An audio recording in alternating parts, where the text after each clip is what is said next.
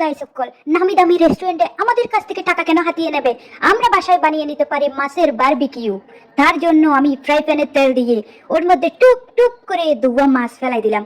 মাছে গুনরে গাইস সকল, মরিচ, হলুদ, মশলা, লবণ যা থাকে মাখি তারপরে তেল দিলাম দিয়ে কিন্তু ম্যারিনেট করে এখানে একটু লেবুর রসও দিয়ে দিয়েছিলাম কিন্তু। তো বন্ধুগণ, আমি মাছগুলোকে শাস্তি দেওয়ার জন্য শরীরে একটা অংশকে এমন পুরাইছি, এখন আরো একটা অংশ পুরাই ফেলতে হবে। বেটা মাছ খালি টুপ টুপ নড়তেই থাকে, আমাকে খাটতেই দিচ্ছিল না, একেবারে শাস্তি দিয়ে দিছি।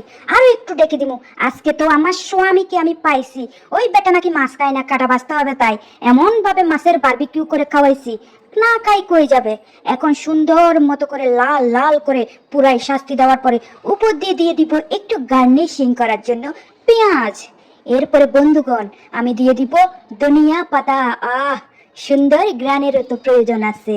এখন আমি দিয়ে দিলাম 3 টুকরা লেবু, তারপরে 2 মিনিট ডেকে রাখবো, কারণ সুন্দর গ্রান যদি বের না হয় বারবিকিউ করে আর লাভটা কি হলো। এইবার তো আর রেস্টুরেন্টে যাব না, এখন থেকে বাসায় বানিয়ে খাবো মাছের এত মজার বারবিকিউ।